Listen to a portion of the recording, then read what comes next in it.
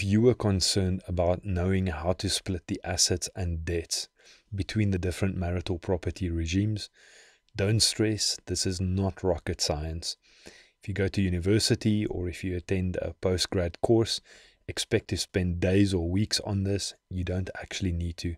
It's very, very simple. So this particular slide is available as a PDF on our website. And what you can do is, if you're like me and you like your technology, keep it on Google Drive or somewhere on the cloud, and you can access it from your cell phone or from your iPad or tablet. Even in a divorce, you don't need to memorize any of this stuff. And we are going to work through this table later in a practical exercise.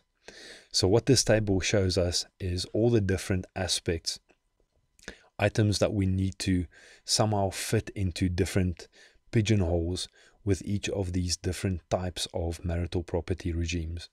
We're going to take a look at in community of property. That's our very first one there. Next to it, out of community of property. Then next to it, out of community of property, subject to the accrual system before 1st of November 1984. So in other words, for marriages concluded before that date. And then next to it, for marriages concluded after that date. And lastly, the misnomer of a common law marriage. Let's take a look at the first one there. Assets or liabilities acquired before the marriage. I think that's pretty self-explanatory. Anything that the parties got or got themselves into before they got married. If the parties are married in community of property, that's going to immediately go into the joint estate. What is a joint estate?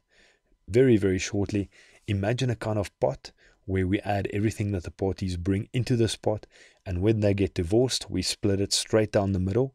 You get half, you get half. Okay. Well, actually, I think let's move through it by marital property regime. So in community of property, what goes into the pot is anything the parties had or owed before the marriage, as well as what they acquired or debts that they made during the marriage. And also, if a gift or inheritance is given to either of the two parties before the marriage with no conditions, then it goes into the pot. So Bob's mom dies. She leaves him a beautiful diamond ring. No conditions, goes straight into the pot.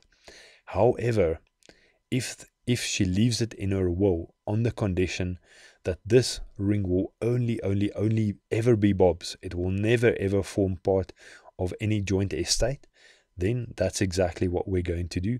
And that's also how the courts recognize it.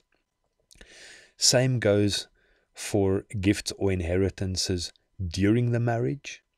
So before and during the marriage is exactly the same. And the last one there, a delictual claim between the parties. Well, this is a bit of an interesting one. So let's assume that there's some kind of unfortunate incident between the two parties. One of them gets hurt, and the court says, well, you hurt your wife or you hurt your husband. And for that, you are going to need to pay him or her 200,000 rands. That 200,000 rands will not be added into the pot. That is to be kept separately. Out of community of property is probably the simplest. There is no pot. If it's on your name, it's on your name. Of course, this does leave some questions. I mean, obviously, during the marriage, you know, there may be situations where one party actually did contribute more than the other. And this is fantastic for mediators, because we don't need to strictly apply each of these rules the same way that, for instance, an attorney might in court. Whatever is fair to the parties is fair to them. As long as it's within the boundaries of the law, that's fine. They can basically do what they want. So regardless of which marital property regime the parties are married under, they have complete freedom to make their own decisions as long as both of them agree to it. Okay. Moving on to number 3, out of community of property, subject to the accrual system before 1st of November 1984. Any assets or liabilities that the parties got or got themselves into before the marriage is necessarily excluded from the accrual. The only thing that's going to be considered is whatever assets or liabilities they acquired during the time that they were married. Okay. Now we're going to get to the accrual calculation. Don't stress too much about it. I know it sounds complex, but it's actually very, very, very simple. All that you need to do is to apply the formula. After the 1st of November 1984, it's going to look exactly the same. However, now we have the antenuptial contract. And what the antenuptial contract does is it specifies, let's say for instance, party A owns a house, a car, and a whatever, and party B owns another house and a car and a whatever, and they say, but listen, we're going to exclude this. Well, it's as simple as that.